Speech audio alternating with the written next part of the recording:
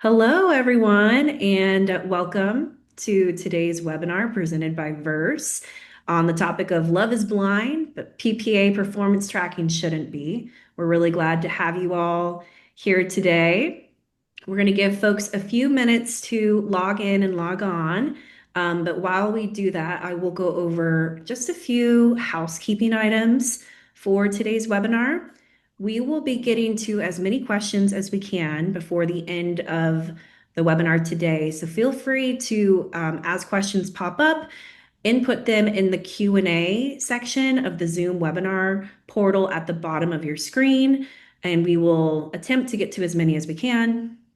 This webinar will also be recorded and available on our website, verse.inc, within 24 hours. And we will also be sending an email with a link to the recording and a few additional resources to all of the registrants after the webinar. And with that, I'm going to go ahead and pass it off to Shehzad. Thank you. So Amber, should I give it a couple more minutes or should I go ahead and get started here? People are logging in, so let's go ahead and get rolling. All right, so I'll go ahead and introduce myself. I'm Shehzad Wadalawala. I'm the VP of Strategy here at Verse. I've been in energy for over 20 years. Started my career at Pacific Gas and Electric, the big investor-owned utility here in Northern California, where a lot of renewable procurement first started. And then most recently, before Verse, I was at Google for 3.5 years as an energy portfolio manager, overseeing their fleet of data centers and renewable projects throughout the globe, and set up an energy risk management framework there. That I'll hand to Sam for his intro. Zad, I keep forgetting that I need to introduce myself first because that's a tough resume to follow. But I'm Sam Cotterall. I'm the Director of Client Enablement here at Verse. Really excited to be with you all today. Prior to Verse, I spent 4 years with Schneider Electric on the Renewable Energy and Carbon Advisory team. And before that, 7 years with Bloomberg, first in DC, focused on energy and transportation policy. And then later up in New York with an organization called New Energy Finance, focused on energy transition technologies, research, and data. So excited to be here talking about love is blind, but PPA tracking shouldn't be. All right, so with that, I'll give a quick overview of what we're going to cover today. So we'll get started with who is Verse, what do we do? We'll cover what does love is blind have to do with PPAs, and then kind of breaking down our analogy here, finding your fiance, meeting in real life, navigating a long-term relationship, and kind of one of the key takeaways here is it's okay to ask for help. And then we'll close with Q&A. So first, just an overview of Verse. So we're an end-to-end energy management platform, and we have been around for 3 years and have built a number of applications to make energy management easier. And that starts from the data hub, which is to run any clean energy program. You need a lot of data about what's going on in wholesale energy markets, what's going on with power purchase agreement prices, a whole host of other things like how much emissions are on grids, and other things that could be considered as factors to your decision-making process. As we move to the right, we have planning, which is really looking at setting up a clean energy roadmap, strategies, and also looking at how those strategies might evolve with different assumptions about what PPA prices are going to do, what wholesale prices are going to do, and give you the tools to make data-driven decisions in setting clean energy roadmaps. Then going towards valuation and transaction, as we move around, there's evaluating offers. So oftentimes you'll get a bilateral offer for a power purchase agreement, or you might run a request for proposal and get a number of offers. So this is to help evaluate those offers as well as to source and administer those RFPs on your behalf. As we go around the wheel further, we have a utility bill management application to help get all of that important load data into one place. And that interacts well with the planning application as we understand what the consumption side of your energy portfolio looks like. And then going further, we have a risk management application. The energy markets have been more volatile today than they've ever been. We've seen that with with the weather changing, climate change, we're getting a lot more volatility, and with renewable intermittency, we can see a lot more energy price spikes. So this is a very important thing to manage the uncertainty in spend. So we have an application to help support consumers there. And then portfolio insights, which will be more of the focus for today, is looking at how is a PPA performing, what can we learn from that information, what can we expect going forward, as well as understanding what's happened before. So with that, next slide. All right, so what the heck? Why are we talking about Love is Blind? How does reality TV play into anything that we're thinking about professionally here? Well, this all started with the SIBA Connect event. We were there in force, had a fantastic week, learned a lot, connected with some great companies, developers, people. But what SIBA and the latest event of SIBA and the latest season of Love is Blind have in common is they both took place in Minneapolis. So as Shehzad and I were brainstorming, trying to think of something fun and relevant, this we were thinking about reality TV shows. We were actually at a dinner with some clients talking about reality TV shows, and it somehow got related to what we were doing professionally and thinking about PPAs and some of these parallels. And just so happens we had the Minneapolis connection. So with that, we sat down, put the pencil to paper, and like, okay, we're gonna actually take that conversation that was just fun and over some food and build on it and really build out this analogy. And well, you tell us, you let us know what you think of how we got there. So what do PPAs and reality TV have in common? Specifically, Love is Blind. This is a show with chaos and drama. The interpersonal relationships are interesting to see unfold. But ultimately, at the end, both signing a PPA and the premise of the show Love is Blind is asking to make a commitment before you see the full picture. So I'm going to take a step back. If you're not familiar with the show, contestants are literally asked to fall in love through a wall. So they're in these pods, they talk to each other, they're speed dating, they're learning about the personality of the person, their interests, but there is no physical interaction whatsoever. They don't get to see each other. So there's flirting and all of the typical things that you might see in getting to know you phases of a relationship. And with PPAs, that flirting is through forecasts and project specs and spreadsheets, and all of this is before a single megawatt is delivered. So when you're asked to in the show propose and become an engaged couple before seeing that person, it's kind of similar to going through that RFP process, negotiating a contract and signing a PPA, before the project even comes online. So it is a leap of faith. You are making a long-term commitment, and you're betting on the future. And this is all based on this pre-construction kind of emotional connection with what we think and hope the project will do for us, for the grid, for our company's goals. So to summarize, PPA procurement begins with this strong optimism but limited visibility. These are early stage decisions that require a leap of faith, just like these blind engagements in the show Love is Blind.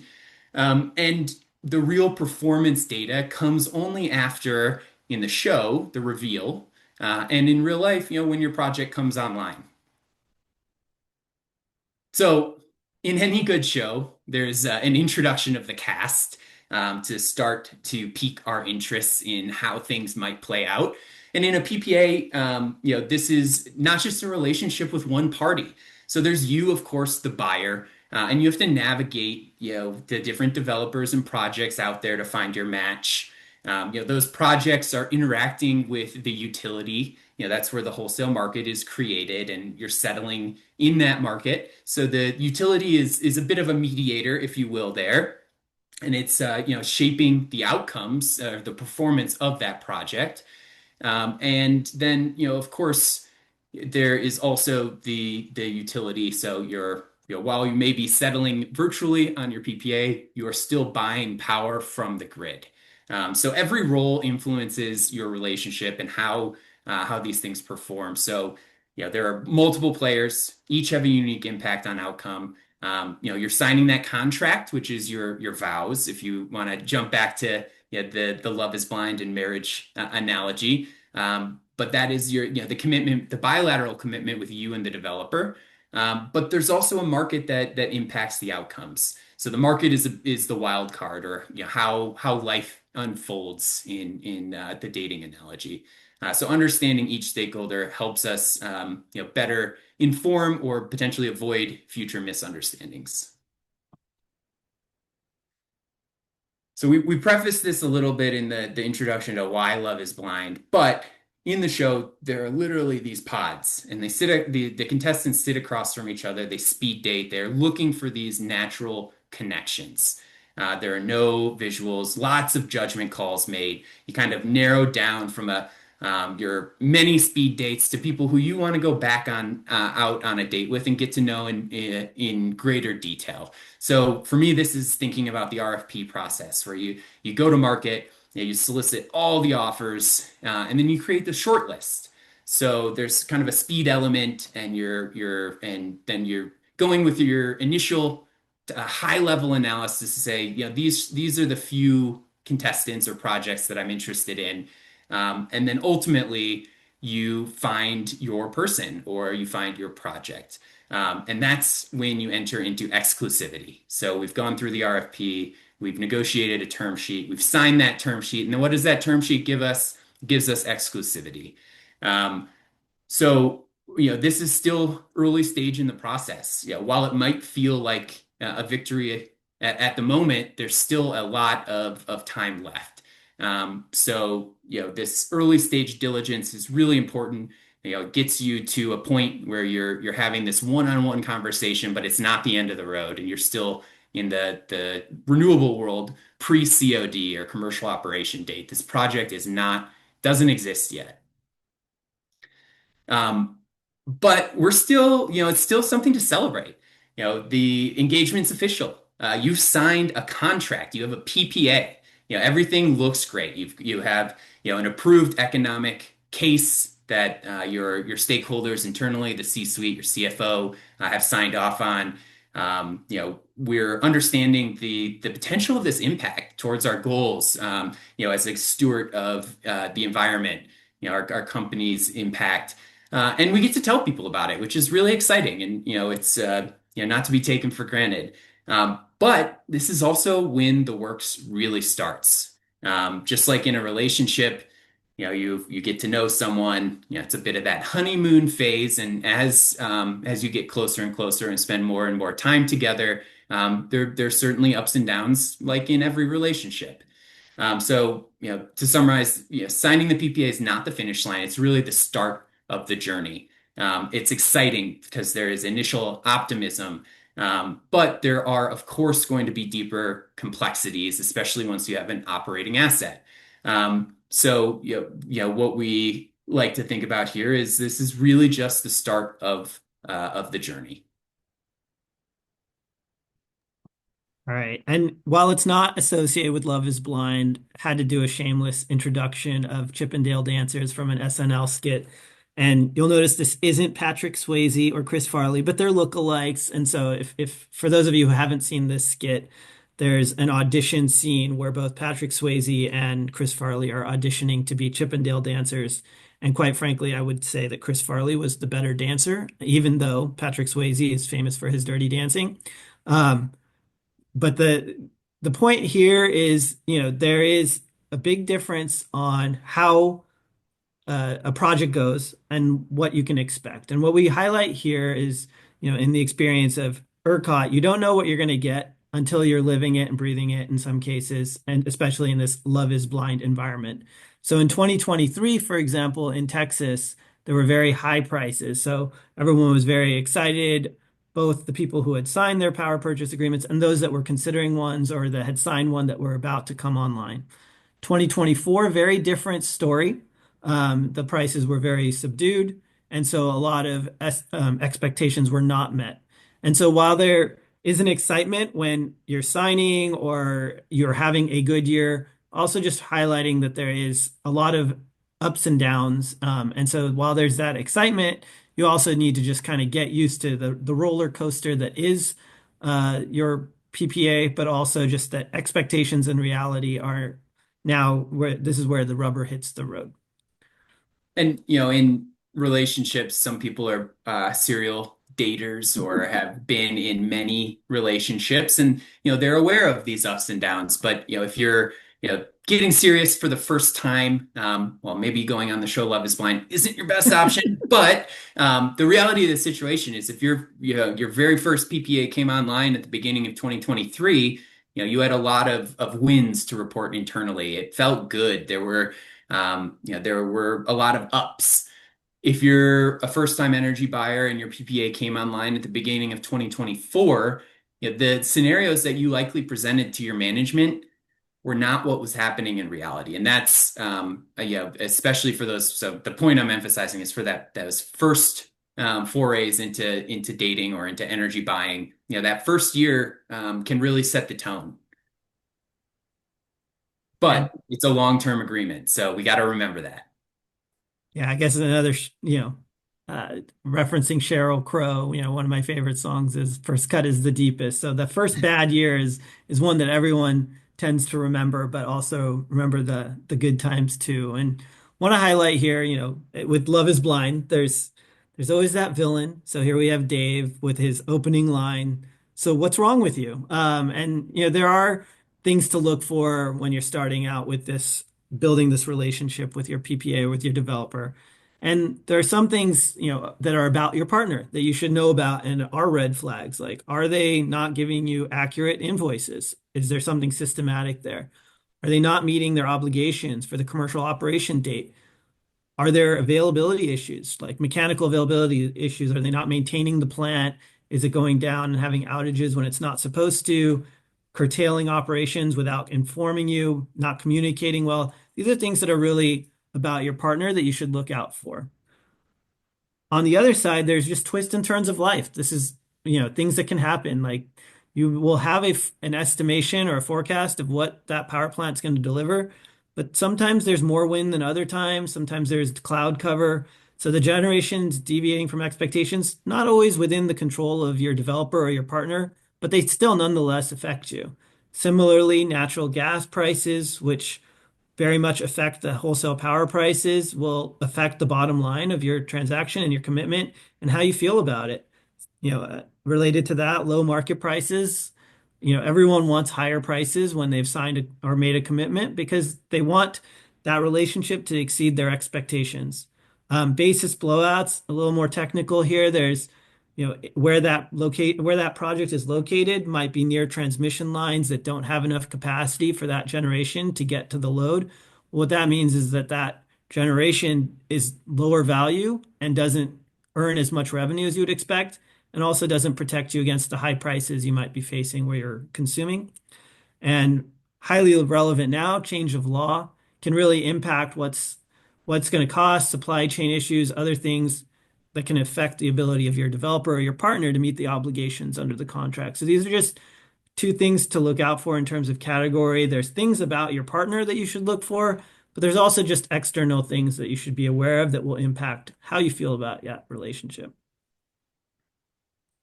And communication is key through all of this. So in Love is Blind, there's a lot of emphasis on the good communication, building that emotional connection. And at Verse, we say data is your PPA's preferred communication style. You want to have those insights. You want to have it flowing freely in both directions, so everyone's aligned and communicating and expectations are managed. And here's where we highlight a gap, and Sam mentioned it earlier. A lot of this information is in spreadsheets, not communicated throughout the organization or with each other, delayed, or hard to interpret. And then, of course, continuous feedback is important in this relationship. We have to have that communication flowing. If something is an error, you want to flag it as quickly as possible, because the longer you sit on it and let it stew, the worse it can be and more toxic it can be for the relationship going forward. With that, Sam. So yes, now we're in this long-term relationship. How do we navigate it? How are our expectations and our communications evolving as we grow as people and we grow as energy buyers? So here it is. Reality has set in.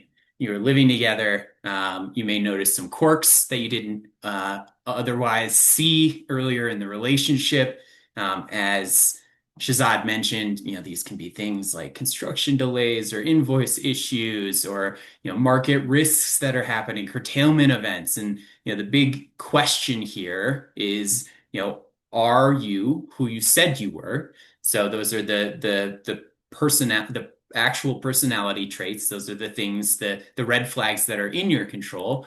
But there's also the element of, are you who I thought you would be?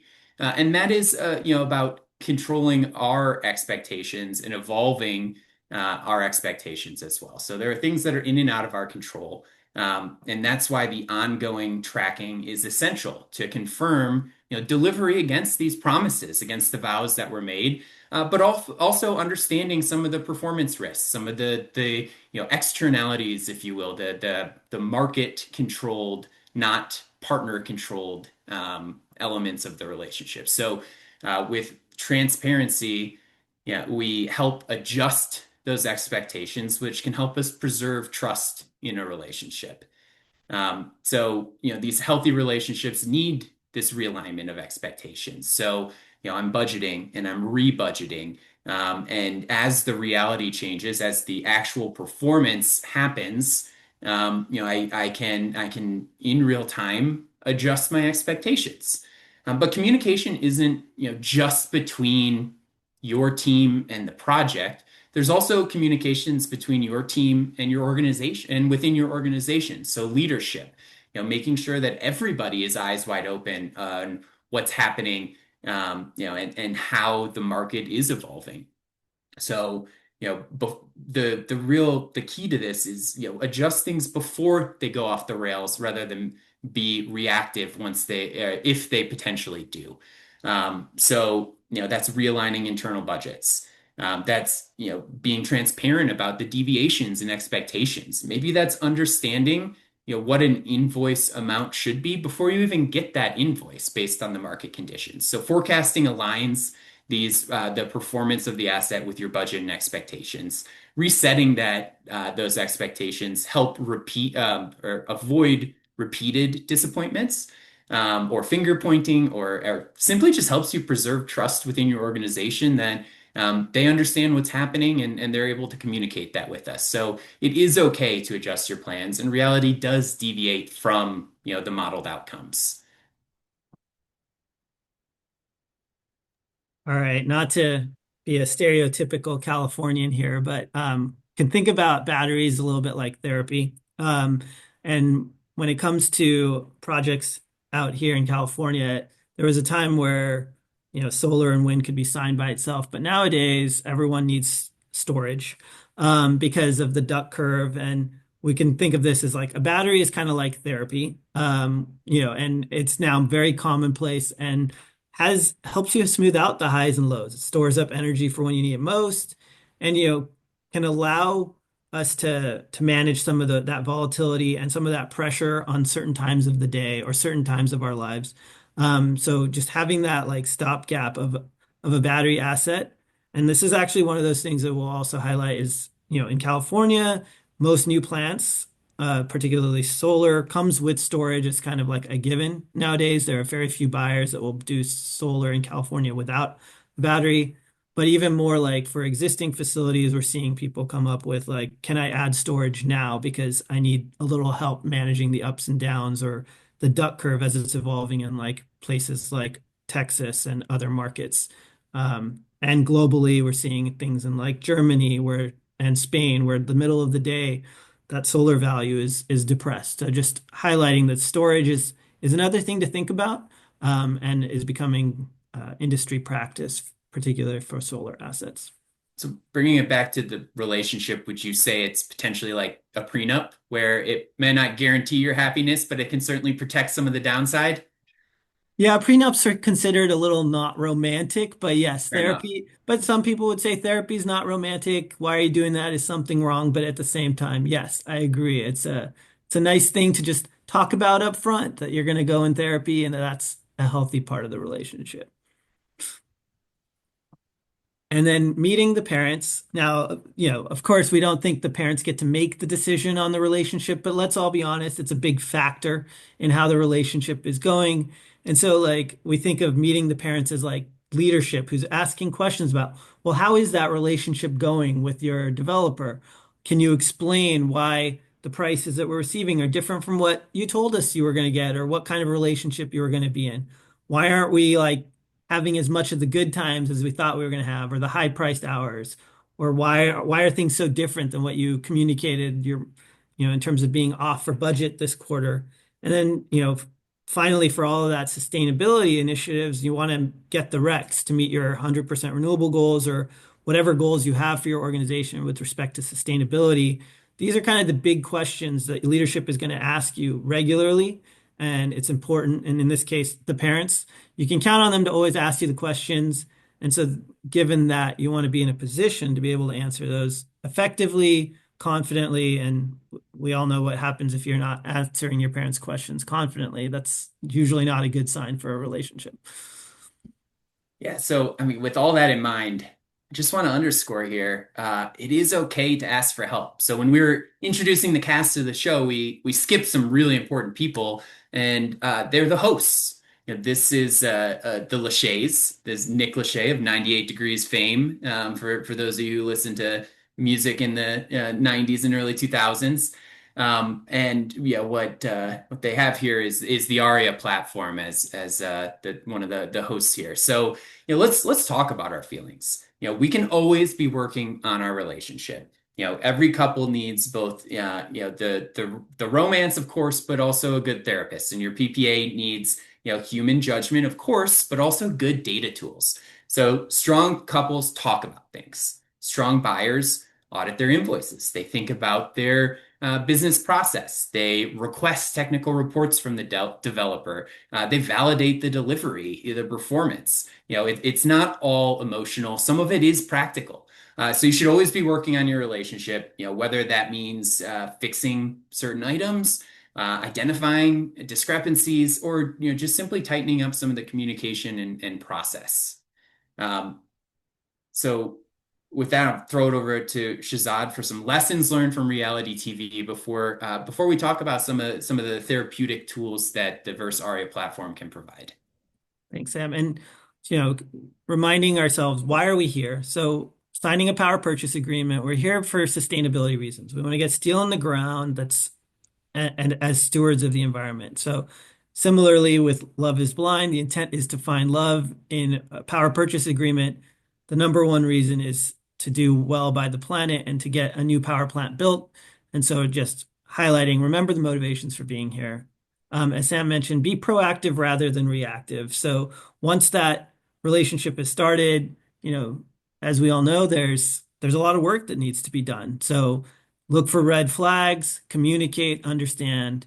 And so communicating like regular and defendable reporting builds trust. That's one of the things of, with meeting the parents, talking to friends, talking with your partner. These are all things that are important. So that communication, again, our love language is data. So communicate with data with each other and within your organization. And also, love isn't always blind. There is the reveal. You start to live it. And so from there, it's not just, okay, this isn't what I want. This is, let's understand what's going on. And so you've made this commitment, understanding your partner, understanding how to work together, building those business processes and communicating. Red flags matter. So, when you see them, identify them and adjust. And so while it's not like the ideal outcome with Love is Blind, which is you get into a relationship and you end it, that can happen. Termination is expensive, but let's just say that can happen. But also, for the slide that didn't make it about non-monogamy, we all realize that you might have multiple partners in this game of renewable procurement. But, red flags in one relationship can be learning lessons for your next one. And a successful couple, like Sam highlighted, a lot of this is expectations versus reality.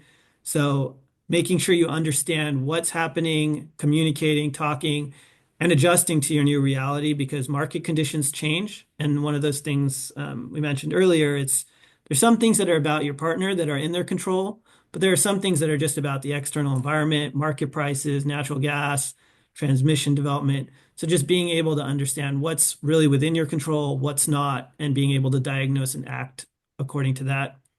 And finally, it's okay to ask for help. That's why Verse is here. We're here to be your listening ear and help you communicate and navigate these things. And we're not just listening. So Shehzad walked us through the end-to-end apps at the beginning, the top of the webinar, focusing just on the portfolio insights piece right now. Wanted to map it to the conversation we just had about the fantastic reality show Love is Blind. I hope if you haven't seen it, this presentation has piqued your interest and you do go watch it without sharing networks passwords or Netflix passwords, of course. But so let's think about some of the items that we talked about, right? Validating invoices, that is catching the red flags. This is, as an energy buyer, you need to quickly verify that you're paying what you should pay. Verse has a contract library where we can pull in the invoice, the generation data, use your specific contracts framework to make sure that everything is checks out and that invoice that was sent to you is the actual amount that you either owe or can cash. So in the contract, there are more than just T's and C's about the settlement price. There are a number of terms, and some of those are quite nuanced. But this is the vow. So you stand at the altar till death do us part. But let's make sure that we're doing everything in our best interest to meet up to the other parts of those vows. So, whether it's basis differential intervals, mechanical availability, each contract has separate terms that also may have liquidated damages associated with them if they're not met. So just keeping an eye on the commitments made and making sure that those performance guarantees are met is important and something that the Verse Aria platform supports. And then as we're building this relationship and we're thinking about the communication, we want to communicate in real time. So intra-month, thinking about how the asset is performing so that you can be ready after the last day of the month and well before you receive an invoice from your counterparty to communicate internally, whether it's with finance or treasury or your C-suite, what they can expect and how we can budget for it. So, before the end of the month, before the end of the quarter, what is my most up-to-date forecast and how has this PPA performed? And then going from real time to thinking about the future. So, it's important to plan. And that's where budgeting comes in. So using as Shehzad mentioned, a defendable forecast, something that is iterating as market conditions change, is really important for maintaining that trust and confidence in your energy program, in your sustainability program across your organization. From using our best available estimates, which is kind of that intra-month, next month after that, to blending into a more of a fundamental forecast into the future. What can I expect? How can I expect this asset or portfolio of assets to perform? And then, of course, we want to impress our parents, right? Or the parents of our partner. I guess that doesn't really hold up in this analogy. We want to impress our parents in this analogy, but maybe in Love is Blind, it's your partner's parents you're impressing. Either way, understanding your portfolio performance is really important. So to be able to react quickly with insight, to understand the nuance and complexity of the market, but to communicate it in a way that someone who might not live and breathe it on a daily basis can understand, is where the diverse analytics support comes in. We are providing centralized tools to drive that consistency and confidence as you're making decisions, as you're adapting your communication styles and your expectations, providing that visibility, of course, so you can respond faster and you can react to performance issues if they come up, and to provide those portfolio-wide insights is really important. So you're preventing surprises and you're best prepared for the future. So with that in mind, important to note, this is our platform. While some of the information is redacted, I talked about the actuals performance that we're tracking. That's what you're seeing in the solid lines into that quite dynamic near-term forecast in the best available in accruals and best available estimates, into your longer-term forecast, and being able to not only do it at an asset level, but rolling it up to a regional and even global level so that you can see all of your renewable energy portfolio in one centralized spot rather than disparate spreadsheets. We can allow you to work in all in one currency and have be able to export these data so you can make some nifty presentations from it as well. So this is our overview page for Portfolio Insights. Something that's really cool is we understand that you're budgeting and you're rebudgeting, and maybe you have a next year's budget and you have interim checkpoints. Well, with the compare tool in Portfolio Insights, you're actually able to take one forecast, name it, and say, hey, I did my Q2 quarterly business report off of this. How does that compare to today's forecast? What's happening in the market? Are we expecting any, are the deviations a result of potential generation changes as, the machine learning model is optimized, or is it, changes in the price forecast? We allow you to quickly pull in historical forecasts and compare them to the most recent so that you can answer those questions, without much spreadsheet headache, any spreadsheet headache. And then, of course, understanding the actual historical performance and doing so all in one place. So whether it's across your portfolio at a regional or like a BU budgetary level, or at the asset level, we can slice and dice the actual historical performance of your assets. And in doing so, also roll in the different errors that are, more likely than not going to happen when, one analyst at a developer is putting together, the report at the end of the month and sending it to a number of stakeholders. So, we mentioned the invoice validation piece. The Aria platform gives you those errors flagged all in one spot. So, here's actually a couple of screenshots of real errors. These are from different projects, but in the first one, you have a pretty classic price error, happens quite regularly. The timestamp is just off an hour. So, the generation is not actually aligned with the price that it should be getting. So, that can amount to deviations in what your net spend will be. Something great is you can export this, have us send it to the developer and communicate on your behalf, or if you have a relationship with them, do it yourself. The second error here is a solar asset that just simply wasn't performing. So, availability at solar is usually measured at that inverter level. But when we're looking at this actual performance and seeing, oh, there was sun, there should have been production. We can quickly identify that by seeing how our model generation compares to the actual reported generation or integrated telemetry data that we can pipe in from the project.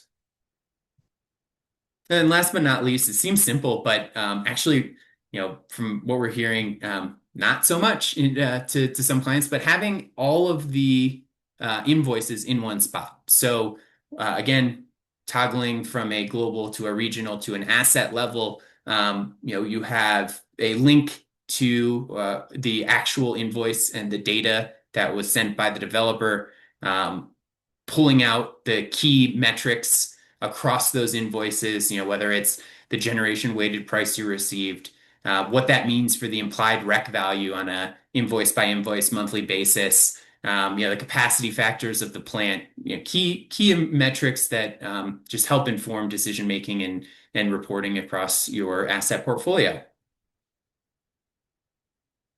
So with that, if you want to actually see the Aria platform, I think this is actually a link to our website. So if you want to get to know Verse a little bit more, jump in there. You can request a demo, and we'd be happy to walk you through some live scenarios on the platform and show you how it works. Thank you, Sam and Shehzad. That was amazing. I'm really impressed by how strong the analogy is between PPA tracking and Love is Blind. That was great. We are getting a few questions coming in. Is what are some of the most common mistakes you find when validating invoices? So I'll start with a few that Sam already mentioned, like the daylight savings time is a key one. Other ones are oftentimes like especially early on, once that contract just comes online, possibly pointing to the wrong node. Instead of the trading hub or instead of the individual node, it's pointing to a trading hub or vice versa. That can be common because different structures on different PPAs. Those are kind of the big ones. And then, just sometimes missing intervals is pretty common as well, missing generation. So, Yeah, yeah, I'd say something cool that we're doing is using uh, machine learning to optimize a model generation for an asset. So, it's pretty common to, pull in ISO data and make sure that the pricing is correct. Like that's kind of table stakes. You should be doing that. And if you're not, our system can do it for you. But you can build spreadsheets and figure that out, right? What I think fewer companies are doing, and I've been told that fewer companies are doing, is validating the actual performance of the asset. So using that model generation, comparing it with the actual generation, and looking for these sustained events where there may be a deviation. So that's something very cool that the platform is doing that I don't think a lot of companies are thinking about. That's great. Thanks, Sam. Thanks, Shehzad. Here's a question about accruals. How is this different than using the 8760 data for accruals? Sam, you've lived and breathed this one. I'll let you take this one. Yeah, I mean, 8760s are great, obviously. So full name P50 8760, you're looking at that, 50 percentile, thinking about a kind of the 10-year average of weather and how your equipment would perform using a 10-year average. I don't know about you, but it was like 85 degrees here this weekend, and now it's in the 40s. I'm in Colorado. Weather hasn't been average in the last few years, and that impacts your asset performance. So when you're thinking about the 8760 in that average case, if there's more wind, it's going to be wrong. If there's less sun, it's going to be wrong. Than that average, 10-year average year. So the 8760 again is really important for thinking about a 15-year timeline or the tenure of the contract, but is less actionable in shorter term. So on the accruals basis, I think that was the basis of the question, Amber. Sorry, I was just rambling there and getting excited about the model generation approach. But on the accruals front, it's going to be wrong because we don't live in the P50. So that's my answer. The model generation is considering, real-time weather vectors. It's considering, the asset's historical performance and learning from that to come up with, a more accurate way of thinking about how intra-month that asset has performed and what that means for, the invoice that is to come. I'll just add here that a lot of people are really surprised when they see that when they get that revenue from using the 8760 that they're not getting nearly as much. And a lot of that has to do with when the prices are high, it usually corresponds to when their asset isn't performing. So like a low wind period might have those very high prices and vice versa. It's like, wow, I produced a lot and it just the prices collapsed because a lot of wind was all blowing at the same time. So, using that normal weather 8760 really misses both of those impacts and tends to overestimate the revenue. And then, of course, when you show up with the actual revenues at the end of the month, it's very different than what you would have assumed just using the prices with the 8760. Great. Thank you for that. Another question here is who is a typical user of your software? I assume they're meaning Portfolio Insights. Yeah, I'll start with that. That's actually the beautiful thing about software is it doesn't have to be a user. Now, of course, if you're a sustainability program manager, if you've set the targets, you went to market and procured, and signed the PPA, that sometimes can be one group within an organization, and there could potentially be a handoff to finance. No, some organizations this lives in treasury. Others, it's a procurement team, a specialized procurement team, so indirect or procurement or something like that. So we're working with a lot of different, I guess for lack of a better word, personas within an organization. And what I've found to be cool about coming from the consulting world and seeing where software actually plays a part is that equal access to the information. With a consultant, you may be relying on that relationship and might be living in your email or living in spreadsheets or in a Teams channel or something like that, or Slack, if you're in the startup world. But ultimately, the cool thing about a platform is anyone can have an access to it and see the information that's relevant to them. Whether it's planning and preparing for different scenarios, whether it's the budgeting, whether it's accruals, so different groups or stakeholders within an organization can access the information.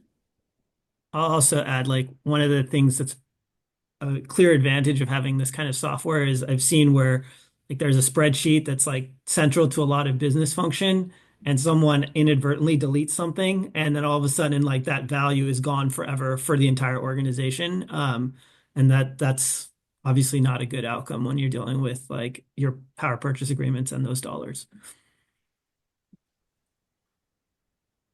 That sounds like a nightmare. Version control nightmare. So this is great points. A couple more questions here before we wrap up.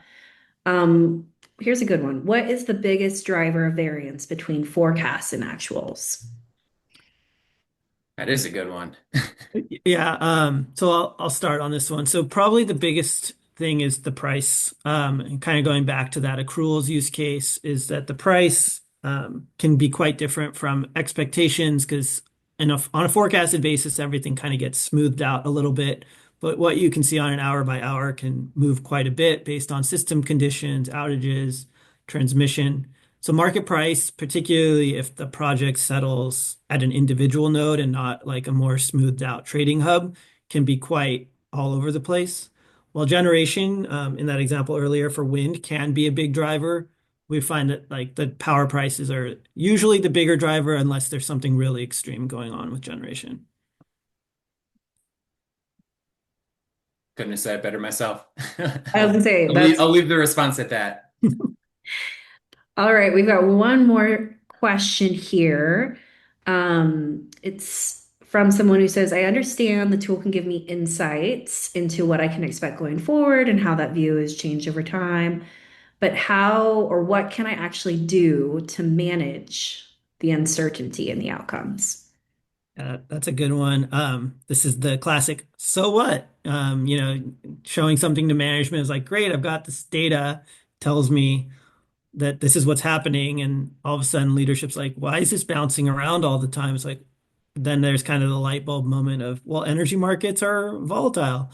And to that, so what? There's a few different things. Like one of the elements here, and this was actually a function of my role at Google, was like building out a risk management framework to look at, okay, well, given this uncertainty, how does my company or my organization feel about that uncertainty? And going out to market, maybe talking to a retailer or a bank to help, unload or offset some of that risk. Now, these are typically insurance type markets, so it's not that you're going to necessarily be able to time the market and save money and reduce risk at the same time, but there are markets out there. Energy markets are very liquid. There's commodity brokers, retailers that can help you like buy some standard products to avoid some of the biggest sources of uncertainty. And then also there's like more bespoke custom products that can be specific to your asset. Those take a little more time to do, but oftentimes you can do those as well, like 5 years or less to manage some of that risk. Yeah, great insight there. I guess the only thing I would consider adding to that is going back to the presentation, the batteries as a therapist, where we're seeing more and more impact from higher penetration of renewables, intermittency of generation. If I'm thinking about a front of the meter battery, if I'm long or short in the market, is there a role for that in my portfolio? That's something that Verse is actually uniquely positioned to answer for you. And the answer may be no, but the answer also very well could be yeah, battery can help, smooth some of that volatility from a portfolio perspective. And our co-founders, Matt and Syed, came from the battery world where they were supporting the sell side with a auto bidder, so dispatching renewable assets and batteries into wholesale markets using real-time data and understanding the arbitrage and ancillary services opportunities for batteries as well. So that would be the only thing I'd add to Mr. Risk Management's response. Fantastic.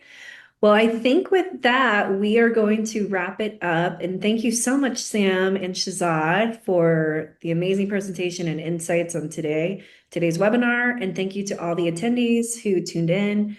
Just as a reminder, this webinar has been recorded and it will be live on verse.inc. Just give us a day to get it up on our website. And thank you again. Thank you all. Have a great day. Thanks, Amber.